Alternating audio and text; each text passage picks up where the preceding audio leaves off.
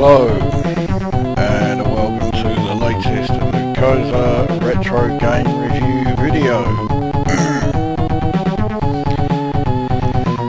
Now, if you go through my last 9 Amiga game reviews, 5 of them are of games that are either extremely good or pretty good, and generally getting very positive reviews.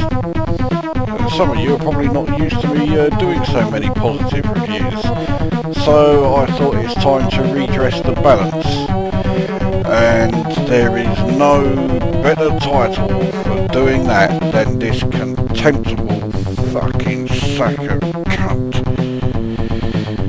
Nebulus was released by Hewson in 1988. This was one game where I made the big mistake of, well actually I would say I made the big mistake of buying it, but it was one of those games that was available for the Commodore 64 and for the Amiga, and if a game was available for both platforms, the chances are it was great on one and absolute shite on the other. And you knew which version was shite because it was always the version I bought. Proof of that is the fact that I bought Amiga Hawkeye. I also bought the Amiga version of Cybernoid. I also bought the Amiga version of Impossible Mission 2. And I bought the Amiga version of this. This is the Amiga version. Let's get this contemptible fucking sack of shit out over and done with. So, this is a platform game, and you have to get this, whatever this fucking thing is, from the bottom of the platform to the top. All the time avoiding various creatures, well I say creatures, these strange objects, as well as this annoying thing that keeps appearing from left to right.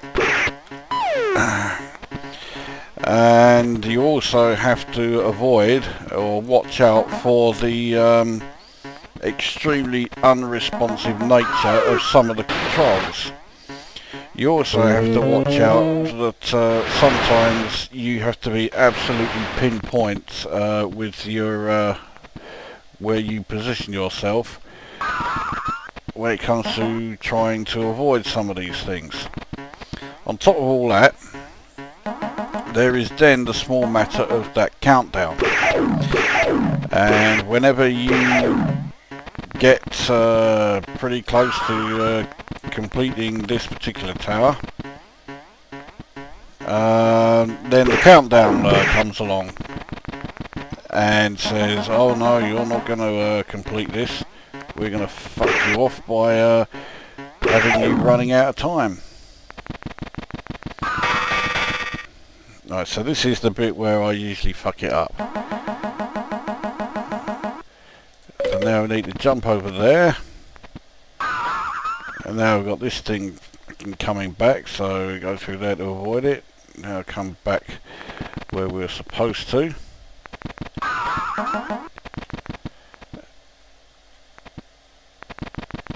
Oh fuck me, I actually managed to complete the tower.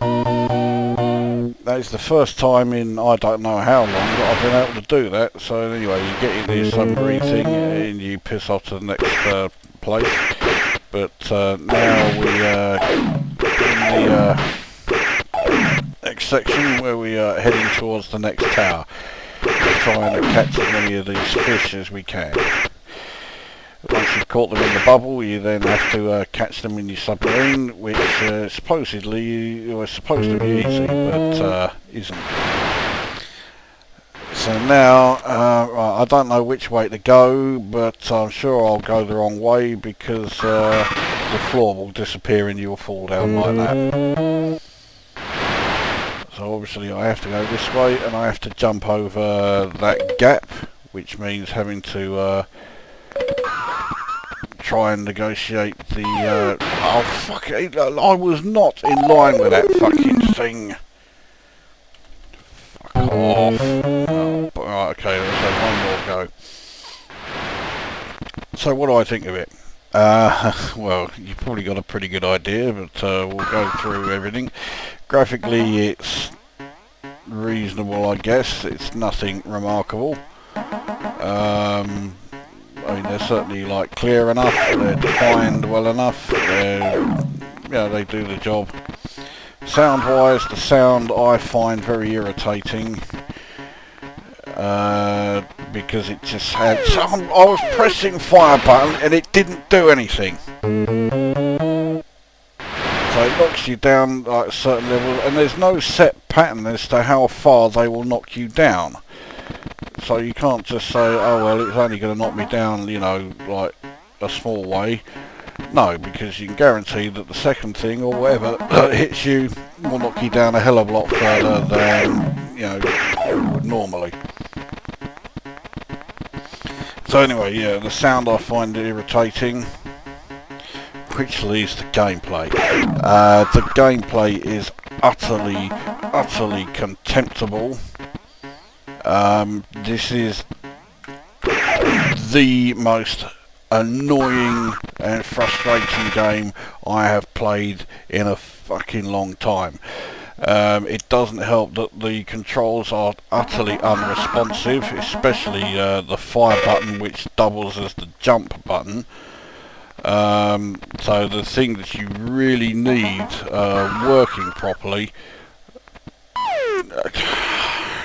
So yeah, it's knocked me all the way fucking back down there, which means that there's a good chance now that the time will run out before I actually get to where I'm supposed to go. Right, so now I need to jump to work. Okay, well at least it did.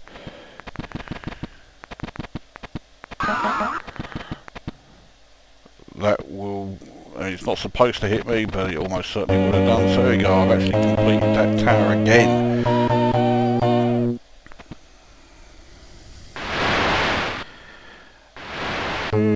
So now we get the bonus section. I mean, the bonus section is more enjoyable than the main actual game.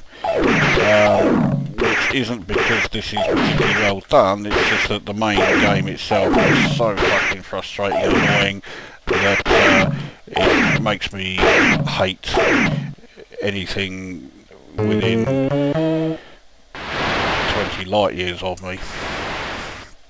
Right, so let's try this fucking contemptible thing again. Okay, so I've now got an extra life, just what I always wanted.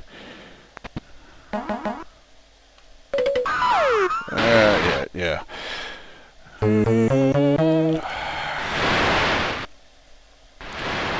So you'll be, you know, not at all surprised. Oh, so I pressed the fire button, but it didn't do anything.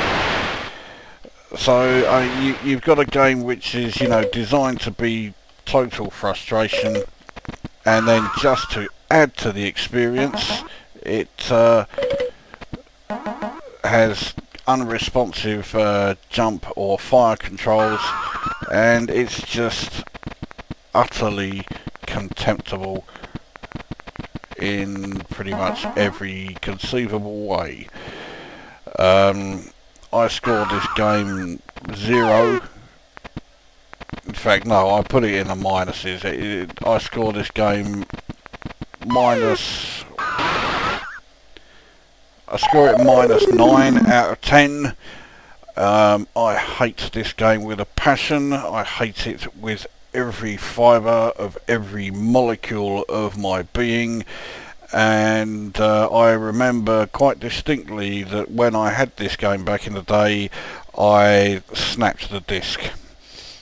And if I was playing this game on physical media, I would now be doing the same thing, but instead I shall just make do with